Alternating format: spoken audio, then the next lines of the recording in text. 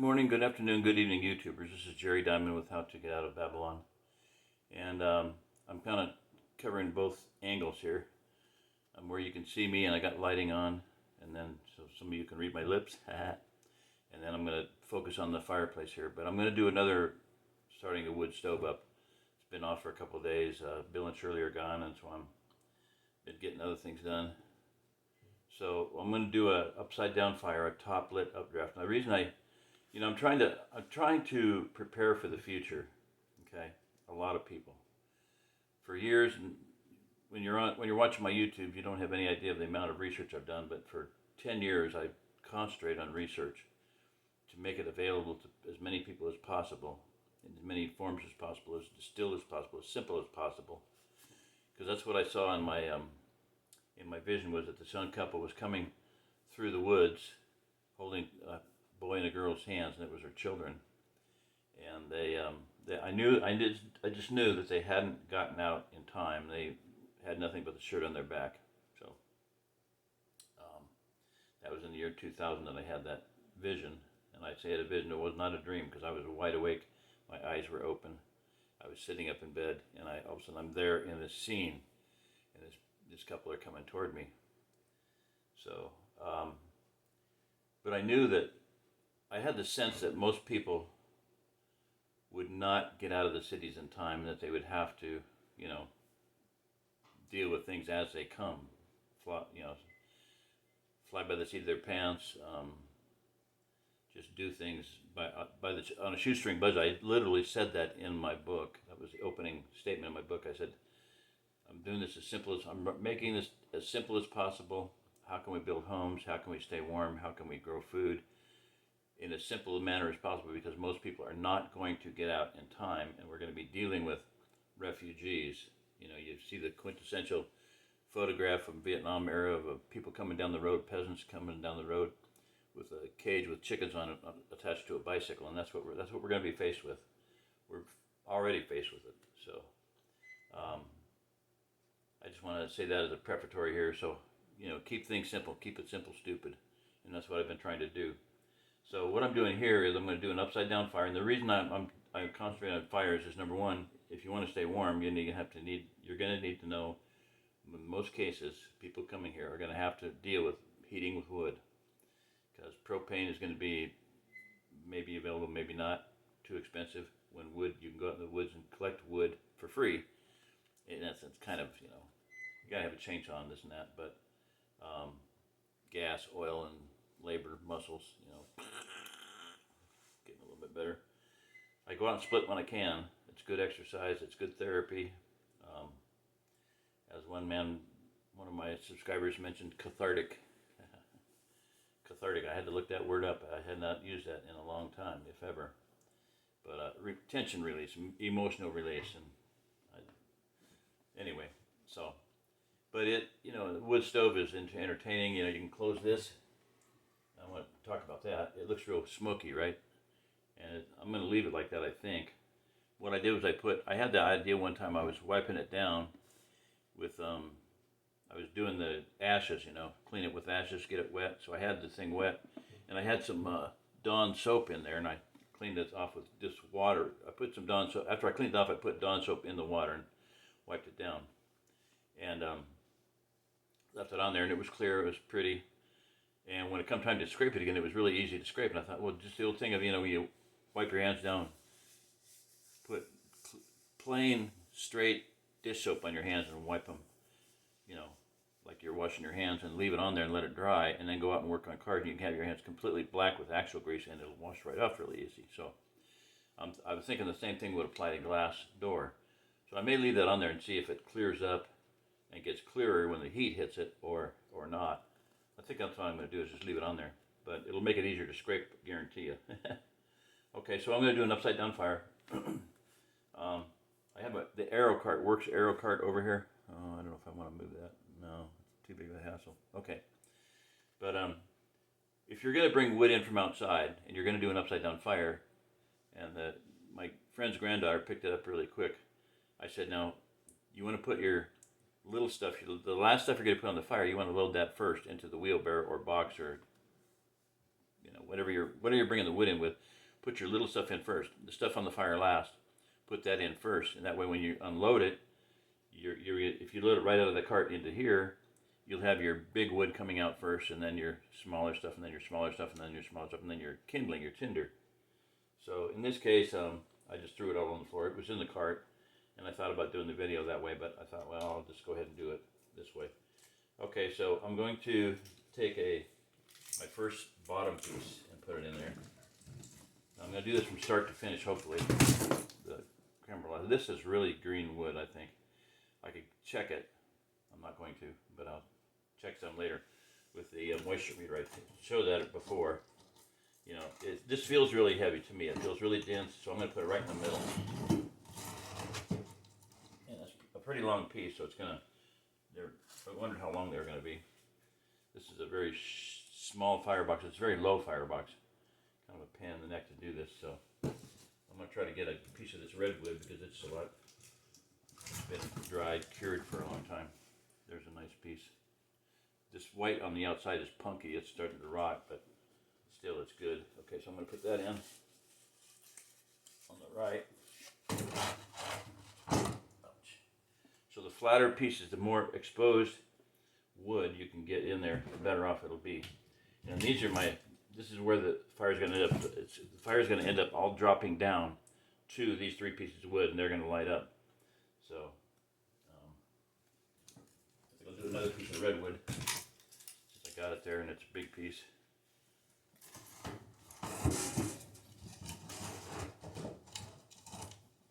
Now, if you can see that one's higher than the other two, that's okay. I'm not going to worry about it. Now I want pieces going, ideally I want pieces going directly crossways, but in most cases on some stoves, because I don't have pieces that short, I will go with going diagonal. But I think I have a couple here that are shorter. There's one. That should fit in there. Yep. Way back in there. I don't know if this one will fit. Might not. No.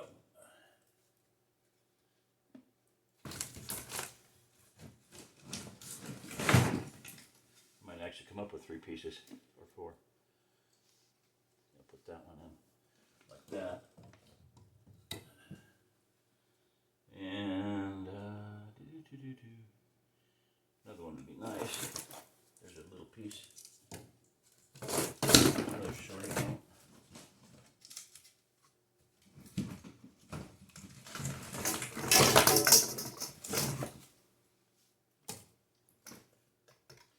I've got scrapers coming. I didn't like the scraper that I got, so I got this one. I got several of those. Got a deal on them. I got about 3 or 4 different types coming. Okay, so there's not what I wanted. I wanted something thicker than that, but it'll work for there. Maybe I'll just build that one up a little bit.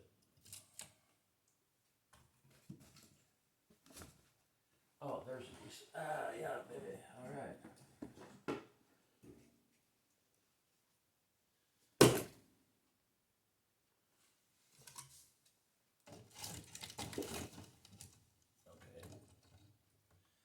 Alrighty. Now, next layer will be longer pieces, and I may make them a little bit bigger because of the fact that I can do that. I don't really care.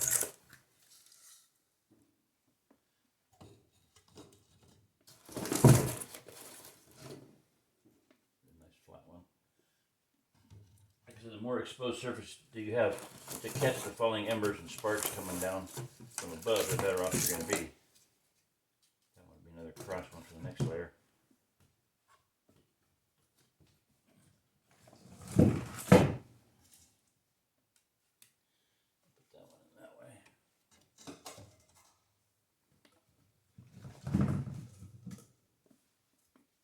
You're supposed to be smaller, not bigger. Getting down to it now. I've got some branches.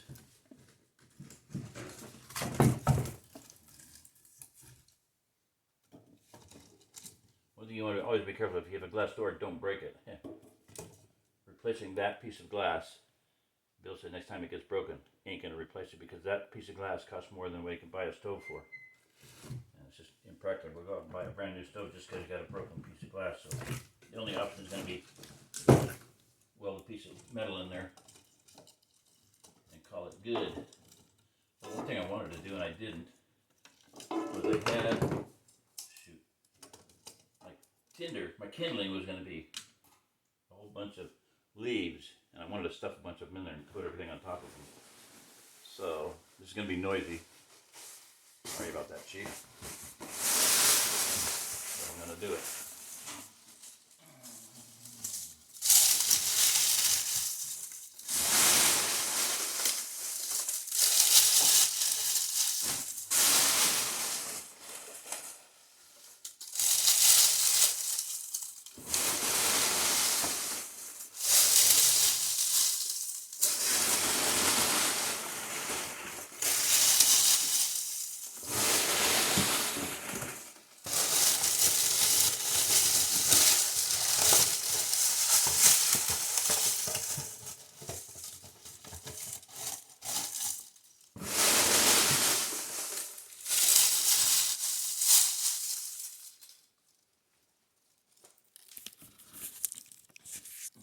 Forgot about that.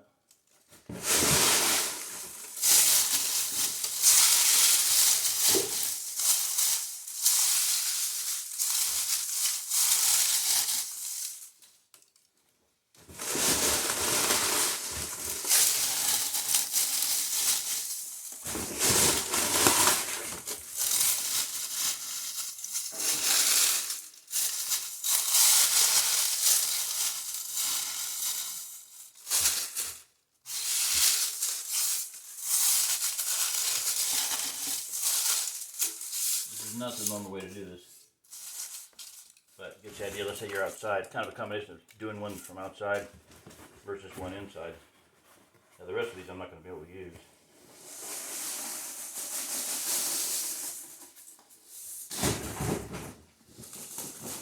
I got some cardboard there I could have used. Oh, hey, I didn't check into that one.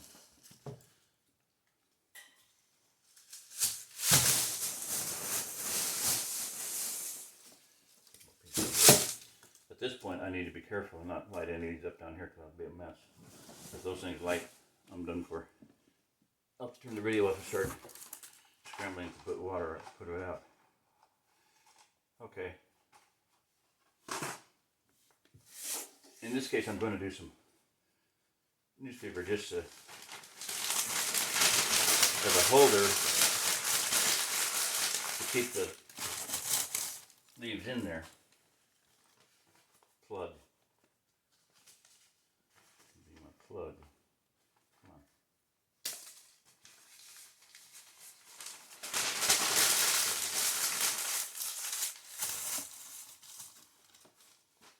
The other video I showed you about rolling these diagonally. This is more of a normal piece, so I'm going to do that. You don't have to lay it out, don't have to be techy about it. The more you crumble it up, the more it's going to be able to combine fuel with air. And that's what you want. You want to combine fuel with air. Make a little knot there. I'm going to use this one, my lighter. That's my plug. Not a very good plug, huh? Get in there. Okay, this one I'm going to make diagonal. Now I do love these wooden matches, these long wooden matches. They're great because you don't really need to make yourself a lighter thing. These are long enough to light the whole thing with. Now I don't want a burning one to drop out. In fact, I'm going to do something to prevent that if there's a problem. Cardboard's better than leaves. Don't light as fast and I can throw it out of the way.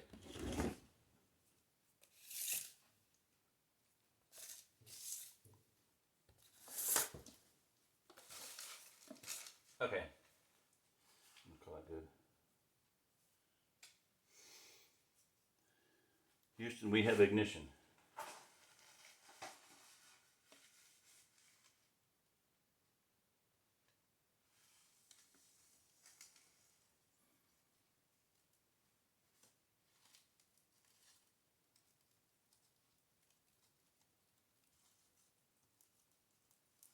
a short 3-inch lip here on the stove as a safety shelf, you know, so in case something does fall out, it'll hit that shelf first. Now at this point, I need to get this in here, call it good, and close it up. Do I have the damper open? Yes, I do. Oh, damper, yeah.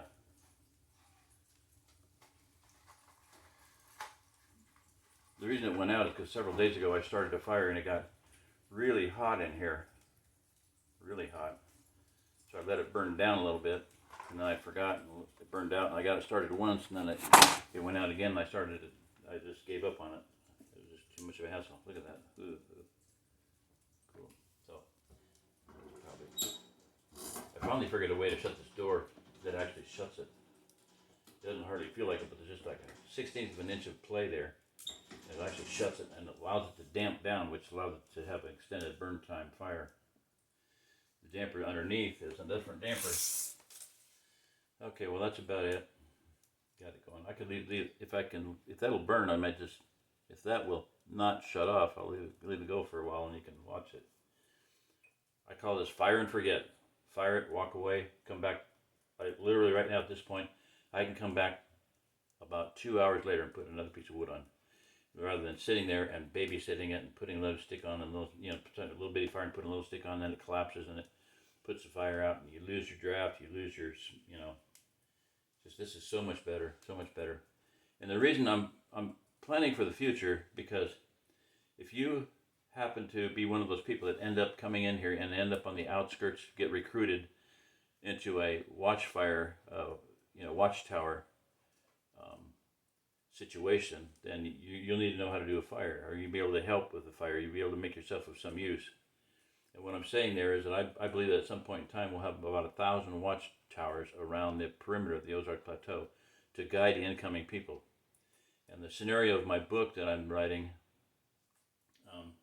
starts with one of those scenarios where there's a man, my grandson, on station in the watchtower, and another young man out in the woods, forest, in the wilderness, bringing in a group of wounded and hungry people.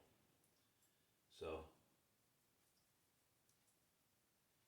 I'll start. I actually spoke at the text. It's written down, the first chapter. I'll start reading that before long. But you need to know how to make a fire go all night long, and you need to know how to have, get it started quickly, easily, in all kinds of conditions, whether rain or snow or whatever. And see, I didn't actually top light this, did I? No. There's enough stuff up there, it should work, but you got to get that flue heated up, and I don't have my laser handy right here, but I'll check it. Get up and check it. It's over there. Engage core. Ooh, yeah, it's hot. It's hot. Ooh. Okay. It should be drafting. Plenty good, fine. Plenty fine and good. I gotta back off my chair here. Balance. Karate. Do your karate kata form on a 4x4 balance beam. That'll get you some balance.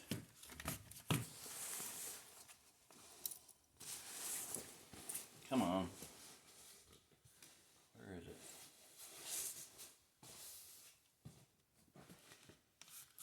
Oh, Baba. What is going on?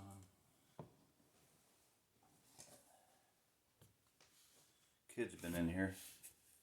I think somebody snarfed it. Moved it. Played with it. Oh, crud. I'll go check in the bedroom. It might be in there.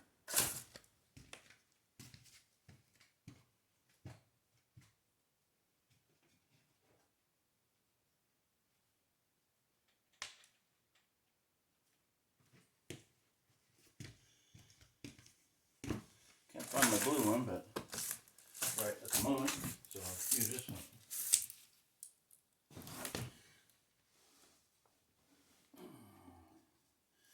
This is one that one of my subscribers sent me. Thank you, Linda. 50. 98, that's not right. I don't think so.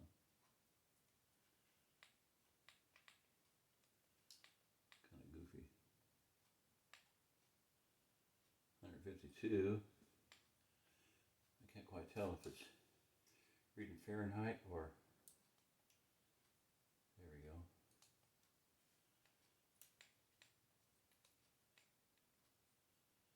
Yeah. Feels hotter than 89 up there, but that's what it says.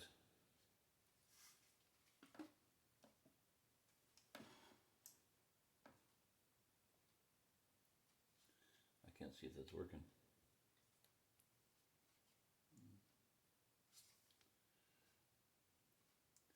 It says 117.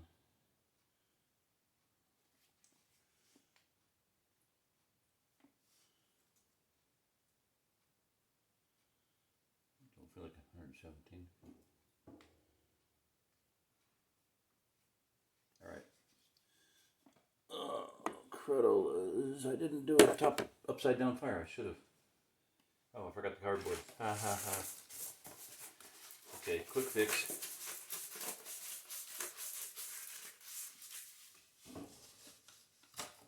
These are not the greatest thing because they don't really. They're dry, but they don't connect to each other that good.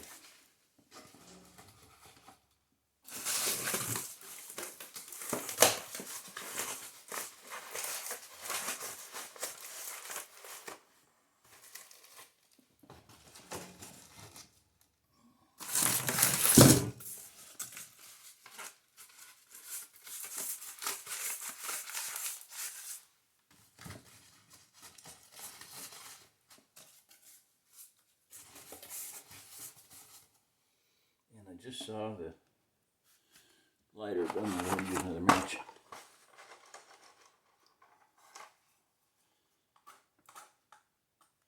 Some more of these on.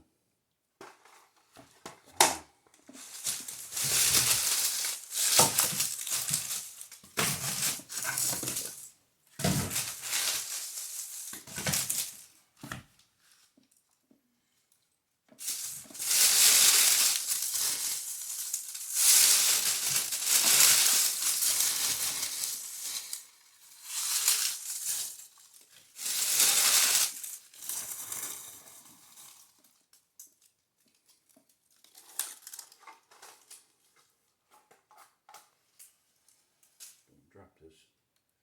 Do not drop that.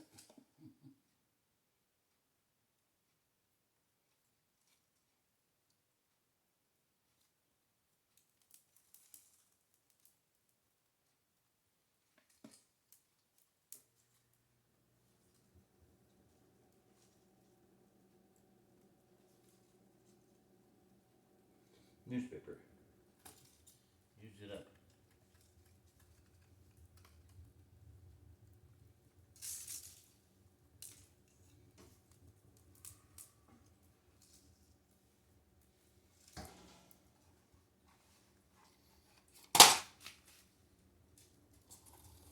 Fire and forget if you do it right the first time. There's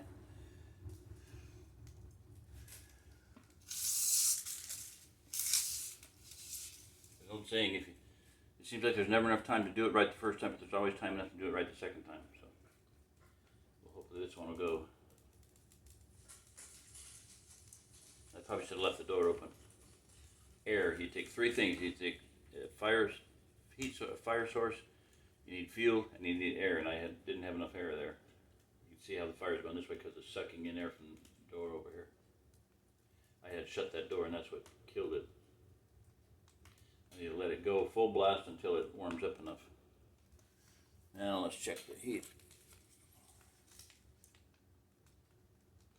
193, 267 right there. Wow, that's hot.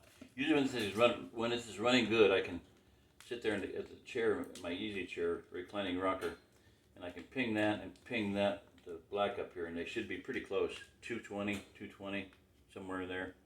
But if I got over 130 here and 100 up there, I'm good. I know I can start another fire real easy from the coals that are in there. I got a mess to clean up. Mess. Foo-foo mess.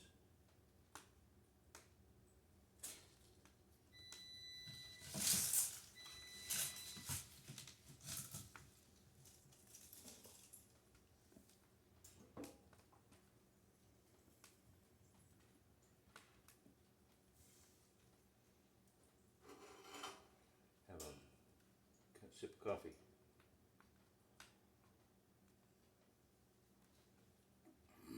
What's that? You're kidding me? You're not serious? Paul Bagley? Oh my gosh. Still running? Yeah. Okay. So anyway, it should go. I'm going to see if the soap clears up on the door. If not, then I'll just wipe it down. And I did figure out you can open this door and let it cool down enough to wipe it, to use the ashes while the stove's going. Although if it's going pretty hot, it's hot, too hot to get it's too hot close to the stove to get in there and do much.